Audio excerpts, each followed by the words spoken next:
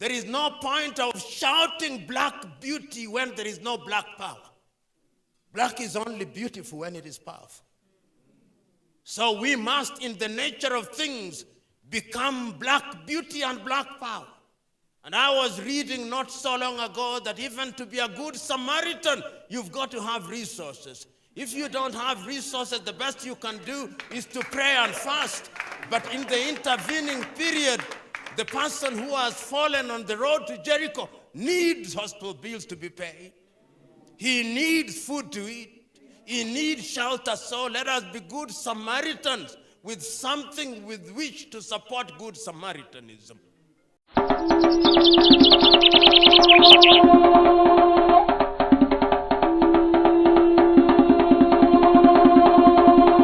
Let me first thank the organizers of this conference for putting this together at a time when it can rightly be said that the continent of Africa is at crossroads. Just this morning, I received a post from a good friend of mine from Liberia. And in that post, he says poignantly, why is it that Africans are so concerned about the conflict in the Gaza Strip and the conflict between Ukraine and Russia, with our media houses reporting it on a daily basis? Yet there is a conflict in Sudan, which has occasioned perhaps the worst humanitarian situation in the recent past. When there is a conflict in southern Cameroon, where children have not gone to school for many years, yet there is a conflict in the Democratic Republic of Congo, yet there is an ease in Somalia, yet there is an ease in the Amhara region in Ethiopia, yet there is an ease in Central African Republic, yet there is insurgency in northern Burkina, Mali, Chad, and an ease in Guinea.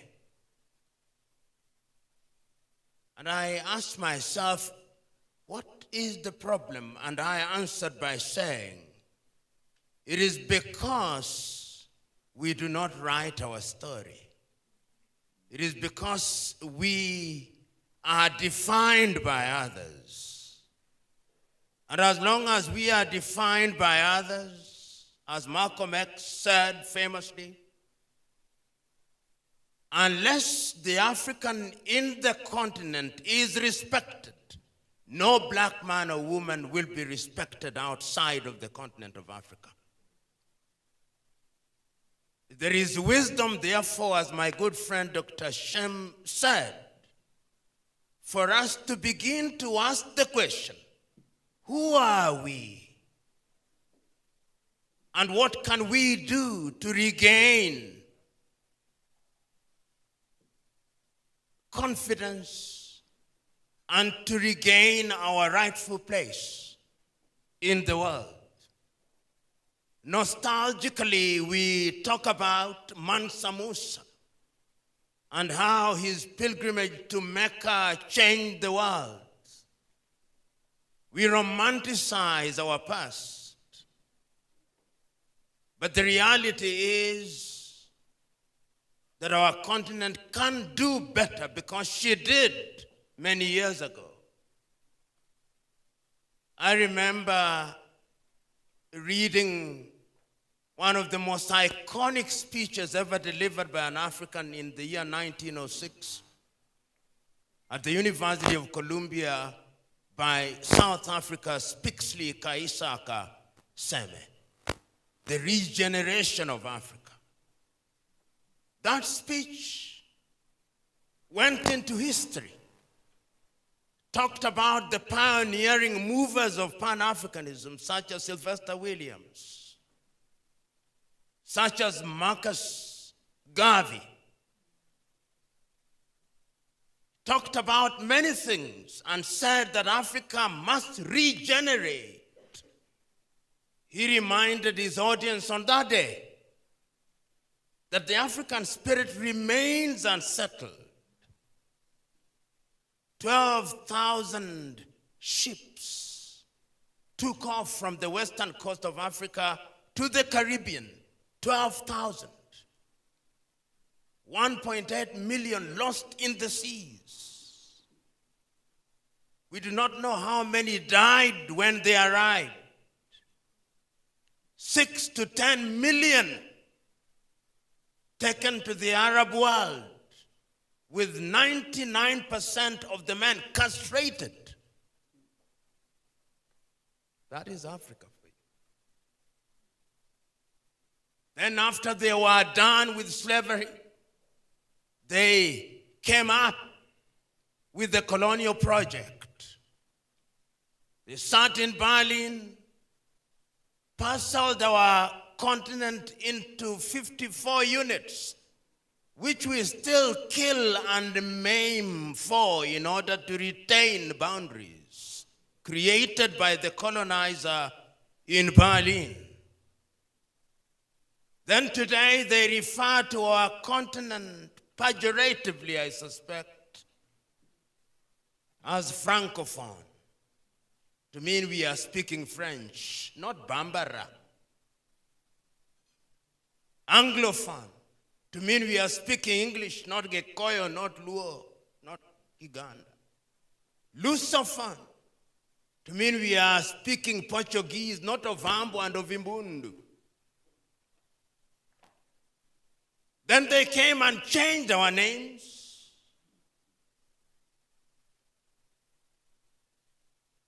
Then at one time, they even said that God could not understand our languages. God could only speak in Latin.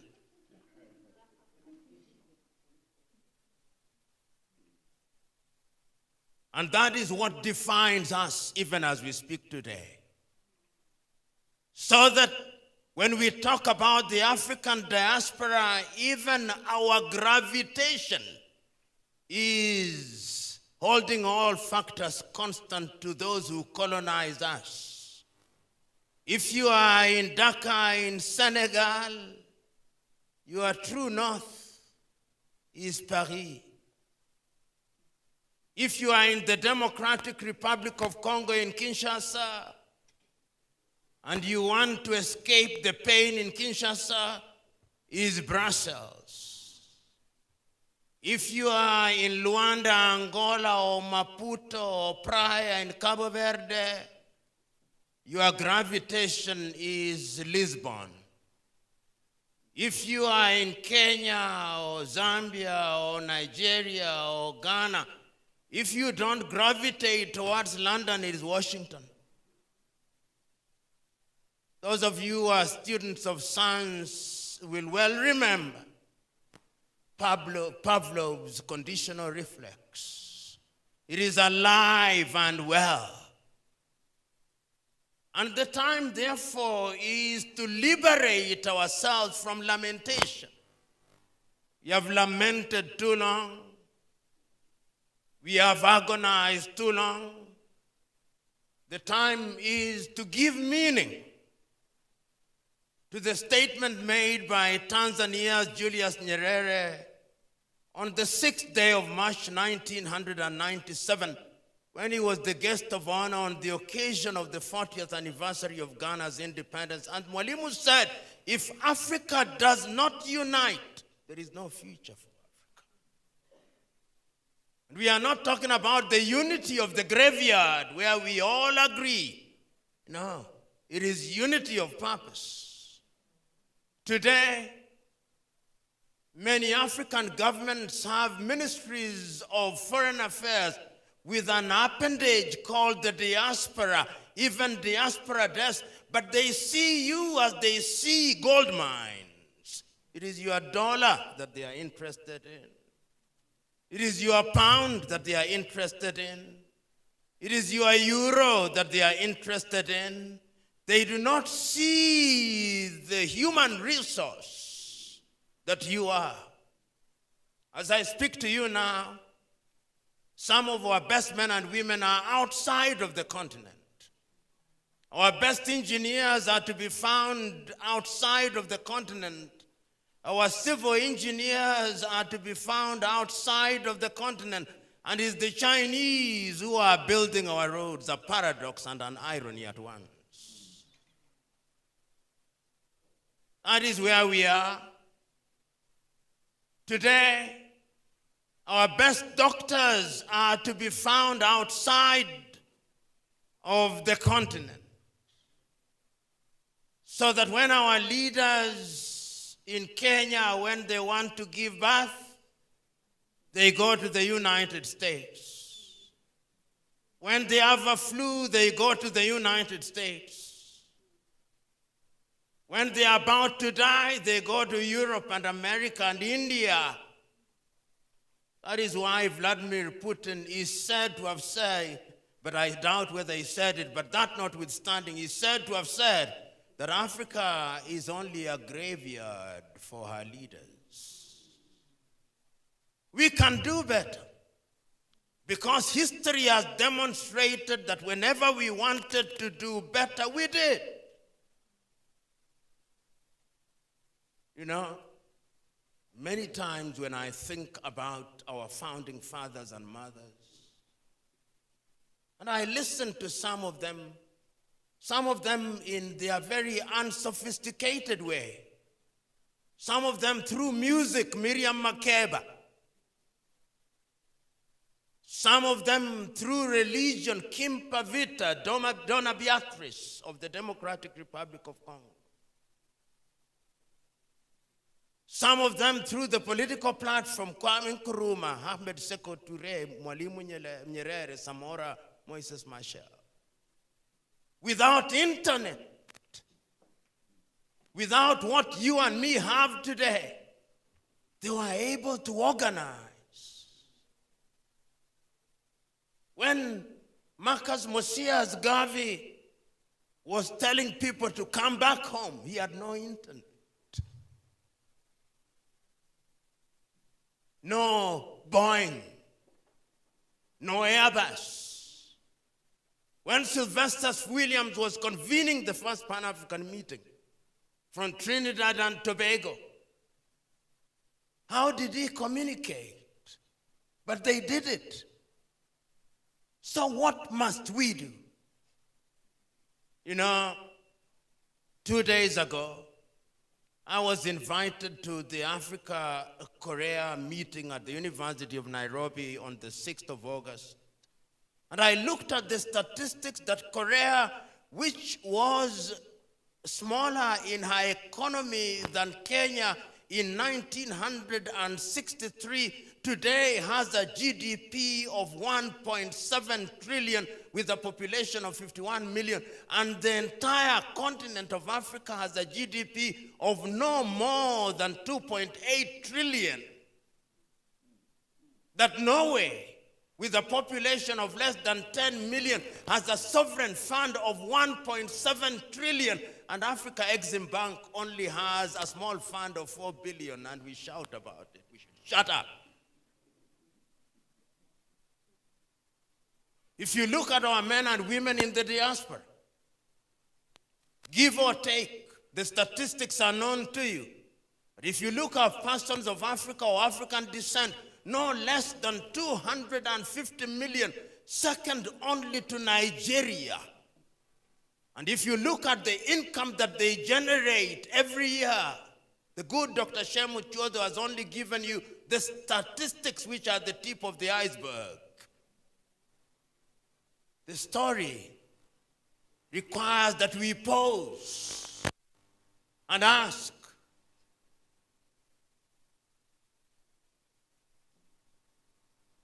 one week ago, I wrote to the chairman of the African Union and told him in my letter that this is the year of reparations, the year 2025. We are in the month of August, 4 months to go. What is happening? Of course, I said, rather unkindly, that, sir, when we are elected, we thought you'd do better, but you have gone back to the factory setting. It is diplomatic niceties, sterile statements and speeches, jamborees, with the consequence that Africa is a forest of protocols and declarations which yield nothing. We are the only continent whose leaders are summoned. Africa-China Conference in Beijing, and all our 54 leaders by private jet are in Beijing. Africa-Russia in Sochi, and they go. Africa, even little Qatar in Doha, and they go. Africa, Washington, and they go. And the President of the United States of America has the temerity to ask an African president how well he speaks English.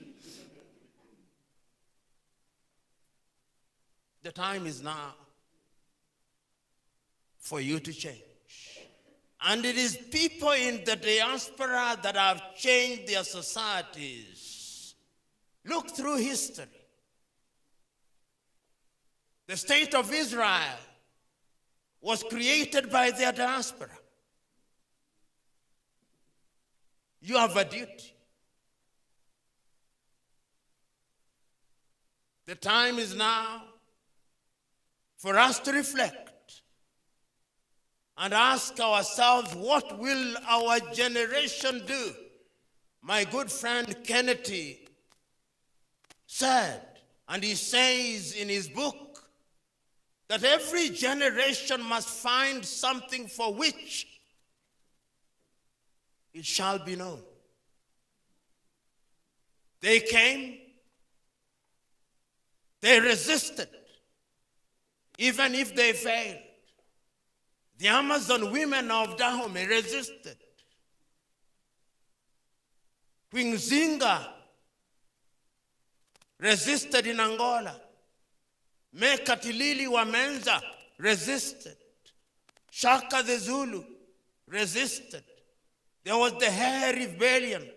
There was the Maji Maji Rebellion. There was the Mau Mau Rebellion. They resisted. Then there came another crop, and they resisted, and we regained our independence. And we lost it through some leaders who changed for the worse. What is our generation going to do? What will we be remembered for? The Ethiopians in the diaspora have financed the Grand Ethiopian Renaissance Dam. It can be done. But we must not work in silos. We must work as one unit. The geographical entities that were bequeathed to us by the colonizers must not stand in the way of our unity. You know, in the year 2013,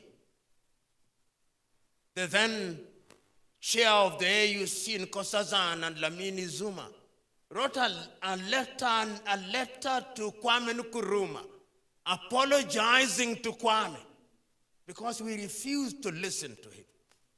Africa has long realized that we must do things for ourselves. When they sat in 1963 in Addis Ababa, they said we must do things for Africa. We must have intra-African trade. They repeated the same again in 1973 in Addis Ababa, repeated it again in 1908 in Lagos, repeated it again in Addis Ababa in the year 2013. We have Africa Agenda 2063 and Africa Continental Free Trade Area.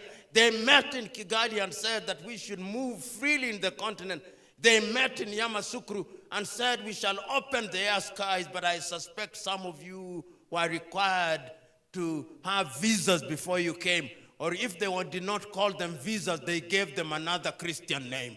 But you paid some money before you came here. How can it be? 33 currencies and counting. And when you go into an aircraft, they say they are expecting, they accept all major currencies. It never includes the naira. Not the CDO, no. Not the kwanza, not the shilling, not the kwacha, not the mafaranga. It is only the dollar and the euro, and even the cards. If it is not Visa, it is American. If it is not American, it is something else. We produce what we do not consume and consume what we do not produce, as said Ali Mazrui.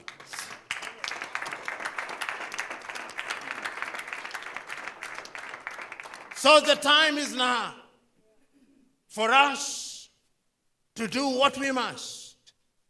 This is an intergenerational war which must be fought by us from different corners.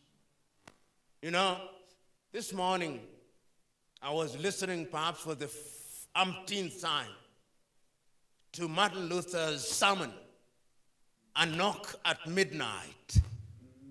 And in that sermon, Luther King says many things, but he reminds us that unfortunately, as he was speaking then in 1960, still true today, we have now entered into a world of what he calls moral relativism. Everything is right, it depends. There are no anchors. No, not everything is right. The time is now, my brothers and sisters, for us to wake up. So when we leave here, let this not be another jamboree. When we leave here and we are reconvening wherever it will be, whether it's in Accra, Ghana, or Lagos in Nigeria, or Dakar in Senegal, or Maputo, or Cape Town in South Africa, let us ask ourselves sector by sector. There is a young girl whom I met recently. She's called Wakesh. That young girl told me that she'd sold the little she had in the United States of America and come back to the mother continent in what she calls return to Eden. That is a similitude of what in the Bible Abraham did. You leave Ur of the Chaldeans, not knowing where you are going to. We must do it. Come back in tourism. How can the bazaar market in Istanbul receive 99 million visitors every year, and Kenyans boast and dance naked because we have received 2.5 million visitors? In agriculture, why is it that we are importing chicken from Brazil? Why is it that we are importing sugar from Brazil? In the artificial intelligence space, are we in the fourth industrial revolution and the fifth industrial revolution? Shem Muchodo here will tell you he was the pioneer in that area, in this country.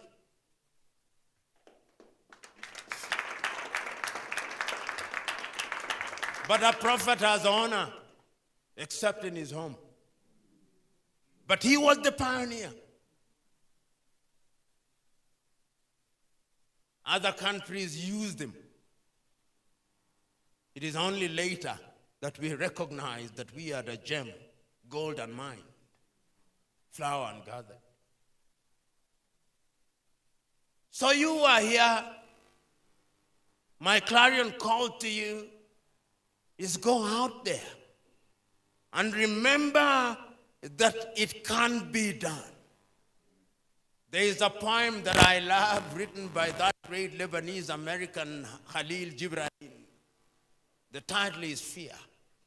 And Khalil Gibran says that when the river leaves its source and it approaches the ocean, it trembles with fear. When it passes through the mountains, it trembles with fear of losing itself. Then it remembers that it can neither go back, it can only go forward. And then it remembers when it arrives in the ocean that joining the ocean is not losing itself, but becoming part of a bigger thing. You are here. You are becoming part of a bigger thing. And that big thing is a thing that should be made known to those who are in positions of leadership. Chinua Achebe, writing in 1983 about Nigeria, said he could well have been saying it about Africa. The problem in Africa is simply and squarely a problem of the quality of political leadership that we have. African countries don't have democracies. They have kakistocracies and kleptocracies. A government of our very worst and a government of thieves. Until the day that we deal with those issues, it falls and rises on leadership. If you doubt me, ask the Singaporeans. If you doubt me, ask the Vietnamese. Vietnam now produces more coffee than Kenya and Uganda combined. Malaysia now produces more palm wine. In the next 3 years, China is going to produce more cocoa than Cote d'Ivoire, Togo, and Ghana combined. Those who are relying on diamond, artificial diamond is already replacing real diamond, and the Chinese are doing it. So the Botswana had better look out. The Namibians had better look out. Brothers and sisters, there is no point of preaching to the choir. I've said what I had to say. Mine is to exhort you to do that which is good and right. It is John Henry Clark who said, there is no point of shouting black beauty when there is no black power. Black is only beautiful when it is powerful. So we must, in the nature of things, become black beauty and black power. And I was reading not so long ago that even to be a good Samaritan, you've got to have resources. If you don't have resources, the best you can do is to pray and fast. But in the intervening period, the person who has fallen on the road to Jericho needs hospital bills to be paid. He needs food to eat. He needs shelter. So let us be good Samaritans with something with which to support good Samaritanism. And I must also commend you, men and women in the diaspora. There are countries today which, if money did not flow from the outside world, they would be dead, and you know them. I don't want to shame them. I don't want to shame them because you have done a great job. Today, when African heads of states meet people in the diaspora, they greet them with supported hands because they know that this is where the honey comes from. You can do more. You must do more because you have no choice but to do more. You know, as I conclude, and now have great meaning and see great meaning in some of these clarion calls. When I was a young man at the university, during our student politics, we used to say, "A luta continua, victoria ercerta." We mouthed it with the exuberance of youth. But today I understand it deeper. The struggle must continue, and victory is indeed certain. And it's intergenerational. When as a young student, we used to shout Amandla and saying Awetu or Awetu. We mouthed it, and it was only mouth deep. Today, it is deep. Because power must indeed be ours. When in 1960, Robert Mangaliso Sobuko was saying, Maibu e Africa. Power must come to Africa. Now I understand it a little deeper. Because I want to assume that as I grow older, perhaps I grow wiser. But remember, even fools grow old. So it is not necessarily the case that when you grow older, you become wiser. So my brethren, let us go out there and do the little that we can do. Because if you ask the forest will tell you, I am because of the single trees. If you ask the ocean will tell you, I am because of the droplets. So don't think you are too small. You are the droplets that make the ocean. You are the trees that make the forest. Go out there and let us collaborate. Only a few days ago, on first day of August, we were celebrating my foundation. The 30th anniversary started in 1994. And I can say with pride that after 30 years, we are now present in 50 countries. And we are working with young Africans. And I can say that I've never, ever received any donation from GIZ, from USAID, from anybody from the West. You pull yourself by your bootstraps. And if you have no boots, lift your fingers and lift your feet. It can be done. It must be done. And it's you who are going to do it. God bless you.